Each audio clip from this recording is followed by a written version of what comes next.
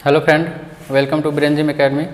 तो फ्रेंड, हम लोग क्लास 10 का एक्सरसाइज 3.3 कर रहे थे ना, और उसका कुछ क्वेश्चन भी करवाया था ना। मैं एक्सरसाइज 3.3 का क्वेश्चन नंबर 1 से 3 तक मैं करवा दिया हूँ ना, और क्वेश्चन नंबर 3 का पार्ट 1, 2 भी करवा दिया हूँ ना। पार्ट 3 छोड़ दिया हूँ, वो आप कर लेना, वो अपने से हो जाएगा ना, क्योंकि उस टाइप का क्वेश्चन आपने कर चुका है ना। तो अभी पार्ट 4 भी हो गया ना, 3 का पार्ट 4 भी हो गया। आज हम लोग पार्ट 5 और 6 करेंगे ना। तो सबसे पहले एक्सरसाइज 3.3 का पार्ट 5 करेंगे ना, क्वेश्चन नंबर 3 का पार्ट 5। तो चलिए आइए देखते हैं क्वेश्चन नंबर क्या है। अब पहले क्वेश्चन को अच्छे से पढ़िए, उसके बाद सॉल्यूशन देखिए। तो क्वेश्चन नंबर 5 है कि यदि किसी भिन्न के अंश और हर दोनों में 2 जोड़ दिया जाए तो वह 9/11 हो जाता है। यदि अंश और हर दोनों में 3 जोड़ दिया जाए तो वह 5/6 हो जाता है। तो वह भिन्न निकाले ना। देखिए यहाँ पे एक भिन्न दिया है ना, बोले कि यदि किसी भिन्न के अंश और हर ना। तो सबसे पहले भिन्न क्या होता है देख लीजिए। कोई भी भिन्न यानी कि उसको फ्रैक्शन बोलते हैं ना, वो p/q के रूप का होता है ना। तो ये p क्या होता है, यहाँ p इसका अंश हो जाता है और q उसका हर होता है ना, यानी कि इसको नोमिनेटर बोलते हैं और इसको डिनोमिनेटर बोलते हैं। तो बोल रहा है कि यदि किसी भिन्न के अंश और हर दोनों में 2 जोड़ दिया जाए ना, तो सबसे पहले तो हम मान लेंगे कि माना कि अंश बराबर x है ना, तथा हर बराबर y है ना। ओके, अब देखिए ये अंश x है और हर y है ना। तो यहाँ से भिन्न क्या हो जाएगा, यानी कि फ्रैक्शन क्या हो जाएगा, भिन्न हो जाएगा आपका x/y। ओके, हमने x y के पद में क्यों माना, क्योंकि x और y हमको 2 वेरिएबल चाहिए ना, ताकि हम 2 इक्वेशन बनाएं। और क्योंकि हम लीनियर इक्वेशन इन 2 वेरिएबल पढ़ रहे हैं ना, तो यहाँ से हमको 2 चर की आवश्यकता है ना। तो यहाँ से x/y हो जाएगा। अब देखिए प्रश्न क्या बोल रहे हैं, लिखेंगे प्रश्न से ना। तो क्वेश्चन बोला है कि यदि अंश और हर दोनों में 2 जोड़ दिया जाए, तो दोनों में 2 जोड़ देते हैं ना, x+2 और y+2, तब कितना हो जाता है, 9/11 हो जाता है ना, 9/11। तो यहाँ से भिन्न क्या हो जाता है, 9/11। अब इसको तिरछा तिरछी गुना करेंगे ना, क्रॉस मल्टीप्लीकेशन। अब देखिए यहाँ से क्या आएगा, 11 को इससे गुना कराइए, 11x + 22 बराबर 9 को इससे गुना करिए, 9y + 18। ओके, अब यहाँ से आ जाएगा 11x - 9y, ठीक है, 11x - 9y। उसके बाद यहाँ से आ जाएगा बराबर में आपका ये 18 यहाँ पे है, तो 18 22 को यहीं पे छोड़ते ना, बराबर के उधर सबको ले जाते हैं। तो यहाँ से अब 22 तो यहाँ पे है, तो +22 और 18 भी उधर जाएगा, तो -18 बराबर 0 हो जाएगा ना। तो यहाँ से एक समीकरण आ जाएगा, क्या आएगा यहाँ से, 11x - 9y + 18, 22 में से 18 गया, कितना बचा, 4 बचा ना, 4 बराबर 0। समीकरण 1 ये हो जाएगा ना। ठीक है, अब देखिए, अब क्वेश्चन को आगे पढ़ते, आगे क्या बोलता है, तो वहाँ से हम दूसरा समीकरण निकाल सकते हैं, दूसरा इक्वेशन भी निकाल सकते हैं। तो देखिए दूसरा आगे बोला है क्वेश्चन में, यदि अंश और हर दोनों में 3 जोड़ दिया जाए ना, तो 5/6 हो जाती है। यदि अंश यानी कि अंश और हर दोनों में 3 जोड़ देंगे तो 5/6 हो जाता है। तो चलिए दोनों में 3 जोड़ते हैं ना, ये अंश हो गया और ये हर हो गया। इसमें 3 जोड़ते हैं अंश में, और हर में भी 3 जोड़ देते हैं ना। इसके बाद ये क्या हो जाता है, 5/6 हो जाता है ना। तो यहाँ से हो जाता है 5/6। अब फिर इसको तिरछा तिरछी गुना कराएंगे ना, तो 6x + 18 बराबर 5y + 15। अब यहाँ से आ गया 6x प्लस ये 5y उधर जाएगा तो माइनस हो जाएगा ना, प्लस का है तो -5y + 18 और माइनस ये 15 उधर जाएगा तो माइनस हो जाएगा ना, बराबर 0। तो यहाँ से आ जाएगा 6x - 5y + 3 बराबर 0। तो ये आपका हो गया दूसरा समीकरण। ओके, अब देखिए आगे क्वेश्चन क्या बोल रहे हैं ना। तो आगे क्वेश्चन बोल रहे हैं कि वह भिन्न ज्ञात कीजिए ना। तो वह भिन्न क्या है, x/y है ना। तो x और y का मान हमको निकालना पड़ेगा ना, तब जा करके हमको पता चलेगा कि वह भिन्न कौन सा है। तो समीकरण 1 और 2 को सॉल्व करेंगे ना, और भिन्न निकालेंगे ना। अब लिखेंगे from equation 1 and 2। From 1 and 2 ना। तो यहाँ से देखिए एक क्या है 11x प्लस, यहाँ से आप ऐसे कर दीजिए, इसको हमको किसी एक को कटाना पड़ेगा ना, तो समीकरण 1 में 6 से गुना कर देते हैं, समीकरण 2 में 11 से ना, या 9 से या 5 से या 9 से कर देते हैं ना, सबसे अच्छा 5 और 9 से कर देते हैं। तो देखिए समीकरण 1 गुने 5 माइनस समीकरण 2 गुने 5 11 9 कर लेते हैं ना, 2 गुने 9। अब इसको सॉल्व कीजिए, यहाँ से 1 में 5 से गुना करें, इसमें 5 से गुना करेंगे तो 55x माइनस 45y प्लस ये 4 है, कितना हो जाएगा 4 में 5 से कराना तो 20 हो जाएगा बराबर 0। यहाँ से समीकरण 2 में किससे कराना है 9 से कराना, तो इसमें 9 से कराइए, तो यहाँ से आ जाएगा 9 से 9 छक 54 x माइनस 45y प्लस 9 और 3 27, तो यहाँ से बराबर में 0 ना। अब इसको हम घटा देंगे ना, क्योंकि यहाँ पे लिखे हैं माइनस का चिन्ह दिया है, तो घटाने पे चिन्ह बदल जाता है। ओके, अब देखिए यहाँ से 55x में से 54x चला जाएगा ना, तो x बच जाएगा ना बराबर में, यहाँ बराबर नहीं आएगा अभी। अब देखिए यहाँ से 45 प्लस माइनस का और प्लस का 45 कट जाएगा ना। अब यहाँ से 20 में से 7 जाएगा ना, ये 20 में से 27 जाएगा तो क्या आएगा माइनस 27 आएगा ना, माइनस 7 आ जाएगा ना, माइनस 7 बराबर 0। तो x माइनस 7 बराबर 0 आ गया ना, तो x बराबर क्या आ जाएगा, ये माइनस 7 प्लस के इधर आएगा तो बराबर के इधर आएगा तो प्लस 7 हो जाएगा ना, तो x का मान हमने क्या निकाल लिया 7 निकाल लिया।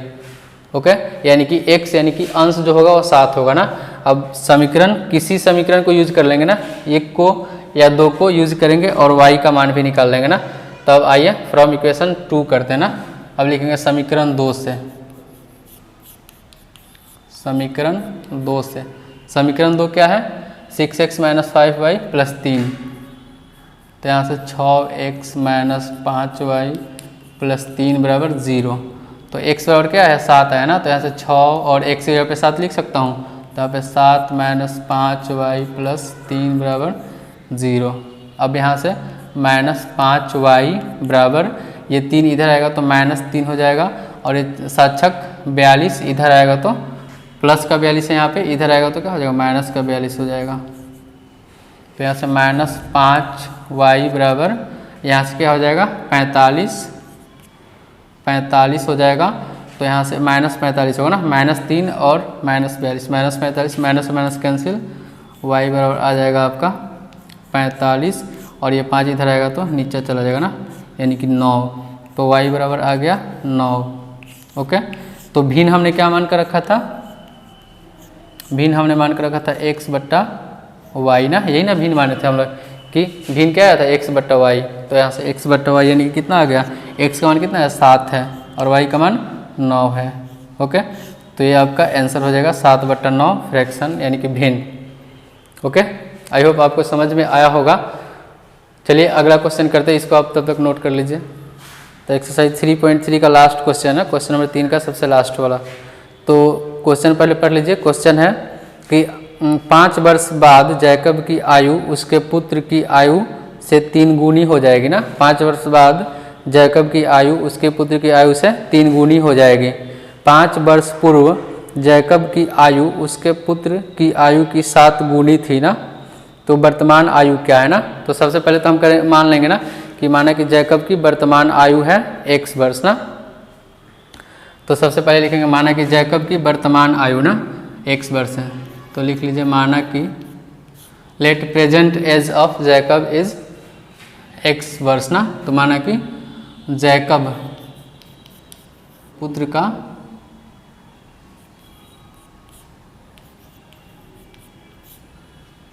y वर्ष मान लेते हैं ना, इसका y वर्ष हो जाएगा। ओके, अब देखिए क्वेश्चन क्या बोल रहा है उसको पहले पढ़ते हैं ना। 5 वर्ष बाद जैकब की आयु उसके पुत्र की आयु की 3 गुनी हो जाएगी ना, मतलब 5 वर्ष बाद 3 गुना हो जाएगा ना। तो 5 वर्ष बाद आयु ना, तो 5 वर्ष बाद आयु ओके, देखिए जैकब अभी वर्तमान में कितना साल का है, x वर्ष का ना, x साल का है, तो आज से 5 वर्ष बाद कितना का हो जाएगा, x प्लस 5 का हो जाएगा जैकब ना। अब देखिए फिर आगे 5 वर्ष बाद उसकी पुत्र की आयु ना, ये तो जैकब हो गया ना, ये हो जाएगा जैकब, और उसका पुत्र का आयु क्या हो जाएगा 5 वर्ष बाद, अभी उसका पुत्र y वर्ष का है ना, तो 5 वर्ष बाद ना, यानी कि आज y वर्ष का है, तो आज से 5 साल बाद कितना हो जाएगा, y प्लस 5 हो जाएगा ना, तो y प्लस 5 वर्ष का हो जाएगा। ओके, इतना हमने पढ़ा। फिर आगे पढ़ते हैं और इन्फॉर्मेशन नोट करते जाते हैं ना। आगे देखिए क्या बोला, 5 वर्ष बाद जैकब अपने पुत्र का 3 गुना हो जाएगा ना, 3 गुना, ठीक है। कौन 3 गुना होगा, जैकब 3 गुना होगा अपने पुत्र का ना। तो यहाँ से देखिए अब लिखेंगे प्रश्न से ना, अकॉर्डिंग टू क्वेश्चन। प्रश्न से बोला है कि जैकब आज से 5 वर्ष बाद अपने पुत्र के आयु का 3 गुना हो जाएगा ना। तो देखिए यहाँ पे जैकब है कितना, x प्लस 5, बराबर करना है ना दोनों को, क्योंकि हमको इक्वेशन से मतलब है ना, और यहाँ पे हो जाएगा y प्लस 5। तो देखिए 5 वर्ष बाद की आयु है ना, तो 5 वर्ष बाद क्या दोनों सेम एज के थोड़े ना होंगे, 5 वर्ष बाद दोनों के एज में डिफरेंस होगा ना, ये 3 गुना हो जाएगा ना, जैकब 3 गुना हो जाएगा अपने पुत्र का ना। तो जैकब के उम्र के बराबर उसका पुत्र कब होगा, जब इसमें 3 से गुना करेंगे ना, तब नहीं इसके बराबर आएगा ना। तो दोनों को बराबर करने के लिए हम इसमें छोटे वाले में 3 से गुना करते हैं, ठीक है। हमेशा गुना छोटे वाले करते हैं, जब 2 गुना 3 गुना 5 गुना कुछ भी हो जाए तो हमेशा छोटे वाले में उससे उतना गुना करते हैं ना। तो यहाँ से हो जाएगा x प्लस 5 बराबर, यहाँ से गुना करा दीजिए 3y प्लस 15।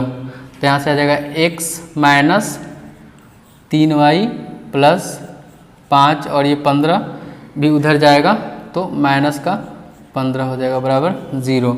अब यहाँ से आ जाएगा x माइनस 3y माइनस 15 से 5 गया 10 बराबर 0। तो ये समीकरण 1 हो गया।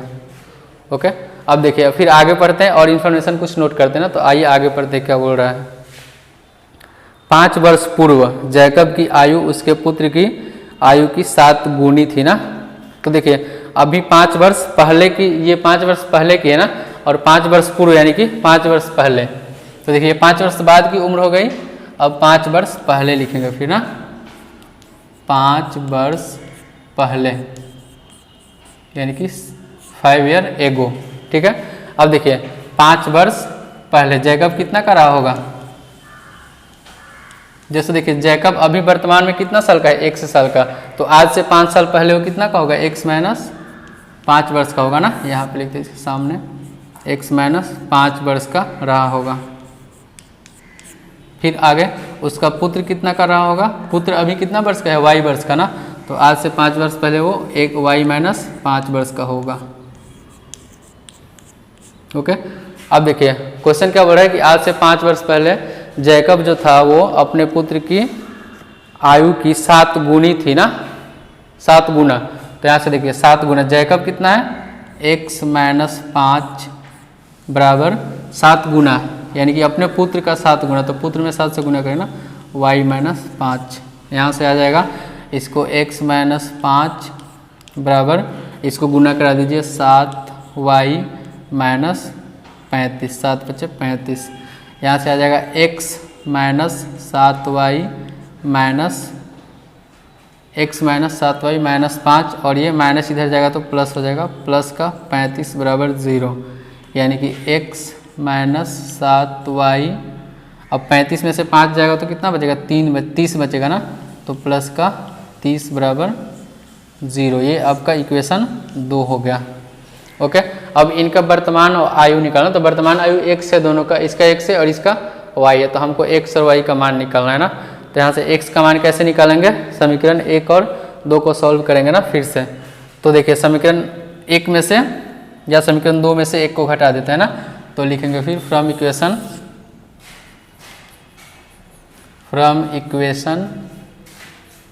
2 माइनस 1, समीकरण 2 माइनस 1 से, तो 2 क्या है, x माइनस 7y प्लस 30, यहाँ से x माइनस 7y प्लस 30 बराबर 0। फिर दूसरा पहला इक्वेशन क्या है, x माइनस 3y ना, x माइनस 3y -10 बराबर 0। अब इसको सॉल्व करते हैं ना, घटाना है ना, समीकरण 2 - x, तो घटाएंगे तो साइन चेंज हो जाएगा ना, बदल जाएगा। तो यहाँ से देखिए +x -x कट गया, यहाँ से 7y -7y और +7y कितना हो जाएगा, यानी सॉरी -7 और +3 कितना हो जाएगा, 4y हो जाएगा ना, 4y यानी कि माइनस का होगा। फिर माइनस यहाँ पे देखिए माइनस, यहाँ पे 13 प्लस का है और प्लस का 10 है ना, तो क्या हो जाएगा 30 और 10 40 हो जाएगा। तो यहाँ से +40 बराबर 0। तो यहाँ से देखिए -4y बराबर, ये 40 प्लस का उधर जाएगा तो माइनस का 40 हो जाएगा ना, तो ये माइनस से माइनस भी कट जाएगा, यानी कि y बराबर क्या आ जाएगा, ये 4 इधर भाग में हो जाएगा ना, तो y बराबर 10 आ जाएगा ना, तो y आ गया 10। ठीक है, तो जब y 10 आ गया, यानी कि अभी उसका पुत्र कितना दिन का है, y वर्ष का ना, तो उसका पुत्र 10 वर्ष का होगा। अब जब एक y निकल गया तो हम x भी निकाल सकते हैं, कोई एक समीकरण उठाइए और उसमें उसका वैल्यू रखेंगे ना। जैसे देखिए समीकरण 1 से ना लिखिए, फ्रॉम इक्वेशन 1, समीकरण क्या है, x - 3y - 10 बराबर 0। तो x - 3y ना, तो y की जगह पे हम क्या रख सकते हैं, 10 रख सकते हैं, क्योंकि y बराबर 10 आया है, 10 फिर -10 बराबर 0। अब यहाँ से देखिए x हो गया, अब -3 × 10 कितना हो जाएगा, 30 हो जाएगा ना, तो -30 - 10 बराबर 0। तो x बराबर ये माइनस माइनस प्लस हो जाएगा ना, -30 और +30 -30 -40 हो जाएगा ना, और -40 बराबर के इधर लेकर आएंगे तो +40 हो जाएगा ना, तो 40 वर्ष, यानी कि x बराबर आ गया 40 वर्ष। तो वर्तमान में जैकब कितना वर्ष का है, जैकब 40 वर्ष का है वर्तमान उम्र, और उसका पुत्र कितना वर्ष का है, 10 वर्ष का है। ओके, तो आप इसको नोट कर लीजिए।